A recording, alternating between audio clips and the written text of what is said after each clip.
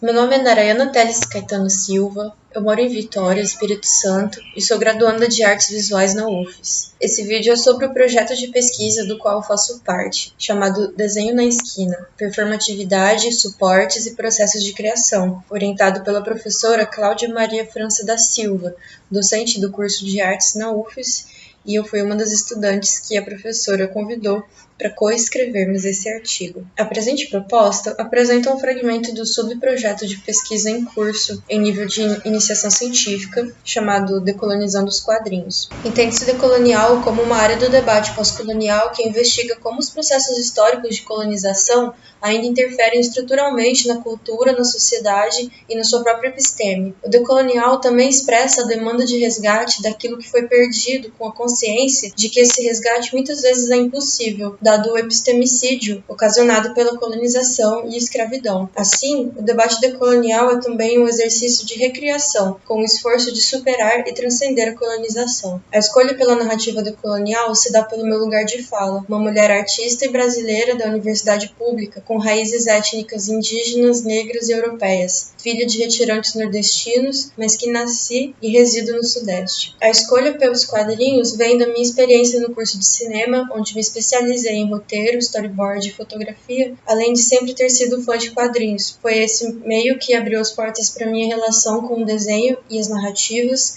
até me entender como autora e artista. Essa pesquisa ela tem o apoio do CNPq através da Bolsa de Iniciação Científica. A primeira etapa se chama Desenho e Performatividade nas Artes Sequenciais e tem sua continuidade na segunda etapa, Performatividade e Experimentalismos Gráficos nas Artes Sequenciais, prevista essa para ser finalizada em julho de 2021. Por meio de levantamento e revisão da literatura teórica sobre quadrinhos e a pesquisa sobre autores orientais e ocidentais atuantes nas artes sequenciais, foi iniciada a produção autoral de uma narrativa em quadrinhos em caráter experimental. A ambientação no universo da ficção científica abordava tangencialmente aspectos políticos do atual contexto brasileiro. Em uma proposta de linguagem leve e humorística, o quadrinho fazia uma homenagem ao Brasil popular e ainda acrescentava alguns elementos estéticos e narrativos decoloniais. O roteiro propõe uma alegoria decolonial do Brasil, misturando sátira, leveza, cores alegres, referências de movimentos importantes da cultura contemporânea brasileira, como o tropicalismo,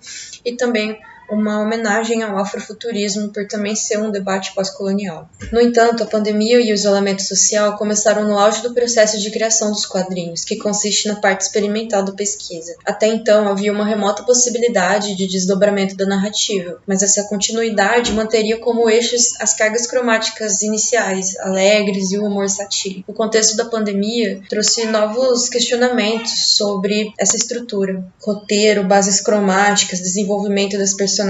Realizar os desenhos de acordo com o roteiro original foi perdendo sentido e a conexão com a realidade. Após conversas com a orientadora dessa pesquisa, foi compreendida a importância desse momento de parada e a necessidade de elaboração de outra vertente, um desdobramento do roteiro original, mais condizente com o contexto pandêmico e com a minha situação emocional.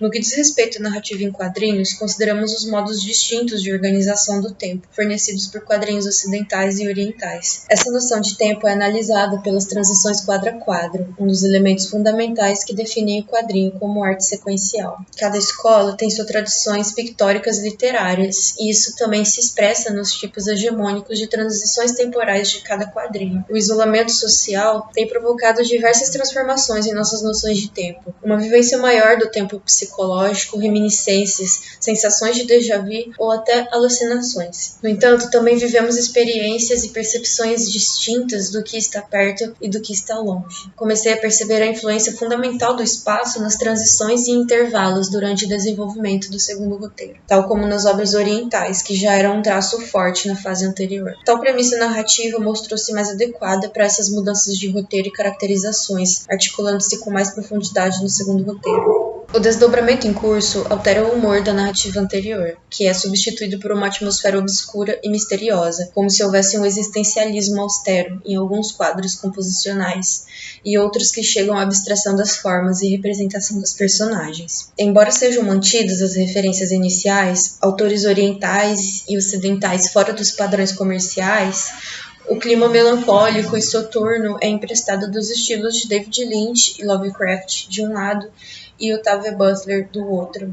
Lovecraft é notoriamente conhecido por seu racismo. Esse autor escolheu a ficção científica para expressar valores como esse. Lovecraft usa o desconhecido como elemento aterrorizante, articulando esse terror com alegorias racistas e xenofóbicas. E aí fica o questionamento: como usar uma referência racista numa pesquisa de busca decolonial? E assim a gente chega em Octavia Butler, pois essa escritora afrofuturista entra para coadunar metodologicamente autores como Lovecraft e David Lynch com o debate decolonial, pois seu modo de articulação dessas diferenças temporais, questões existenciais, identidade racial, são um bom exemplo de como inserir esse debate decolonial e reflexões políticas em um trabalho de ficção científica. A impressão que se tem ao ler obras de Lovecraft e filmes de Lynch é que são obras que nos ensinam a usar a ficção científica como um meio de abordagem de questões profundas e complexas, embora distantes de questões vividas por nós na cena contemporânea brasileira. A apropriação do estilo de Butler ocorre porque ela consegue unir sua vivência pessoal a aspectos da narrativa, e com isso a ficção ganha um traço representacional. Como essa pesquisa se iniciou em setembro, por esse motivo, eu ainda não tenho pranchas específicas para mostrar desse segundo roteiro. Esse primeiro momento agora da pesquisa, desse segundo ano de iniciação científica, eu me detenho na literatura que alimenta a pesquisa, que são tanto autores de quadrinhos que já estejam saindo da lógica colonial, ou pelo menos trazem já um pouco esse debate, bem como referências teóricas e estéticas para a construção da visualidade dessa nova etapa, como cenas do David Lynch, de cinema noir, ou trabalhos de Butler, Lovecraft e outros autores.